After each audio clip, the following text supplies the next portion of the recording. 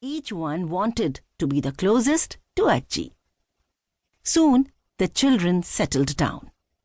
A visit to Ajji and Ajja's house meant first inspecting the garden to see how much the plants had grown since they last came. Then they went to check on the cows, calves, dog, pups, cats and kittens. Then they all ate huge quantities of Ajji's delicious food. Finally, when their mothers went off to chat and rest, the children gathered around their grandmother for the best part of the holidays, listening to her wonderful stories, particularly in the late afternoon. Let us too gather under the fast revolving fan, on a mat on the floor, fighting to be nearest to her and listen in. Chapter 2.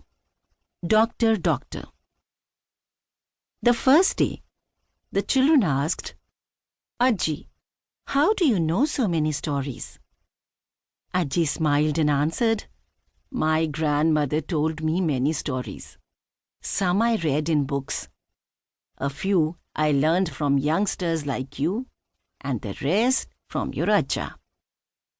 Then Ajji paused and said, I see, all of you have grown a lot since the last time I saw you.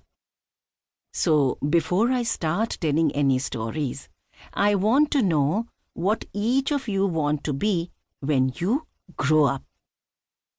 Raghu, who was 11 years old and the oldest of all, said immediately, I want to be an environment scientist.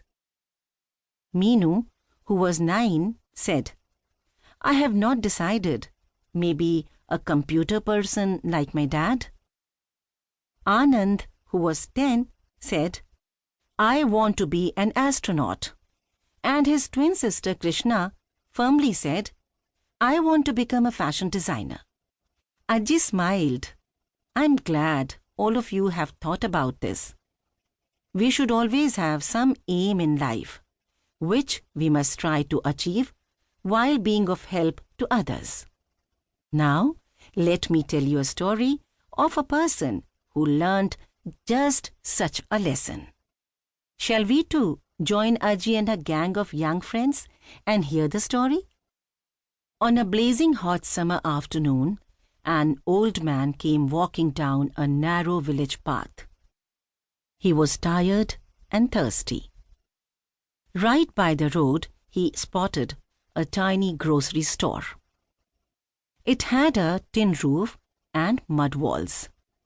The shopkeeper sat inside, fanning himself and shooing away the flies that were buzzing around in the stifling heat. There was a little bench in front of the store where the villagers met when evening came and the land had cooled down. The old man flopped down on the bench. He was so tired that for a while he could not speak. Finally, he opened his mouth and uttered one word: water. Now, this village had been facing a horrible problem for a long time. It was near a great desert and the rain came only once a year to fill its ponds and wells. But the rain had disappeared for the last 2 years, and the villagers had been making do with water from a faraway stream. Every morning, groups of men and women walked a long distance, filled their pot from the little stream, and used that the whole day.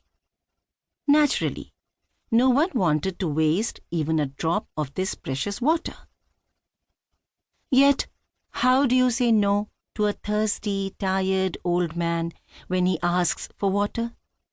Without a second thought, the shopkeeper, Ravi, who was very kind-hearted, poured out a tumbler of water from his pot and gave it to the old man. The man drank it up greedily.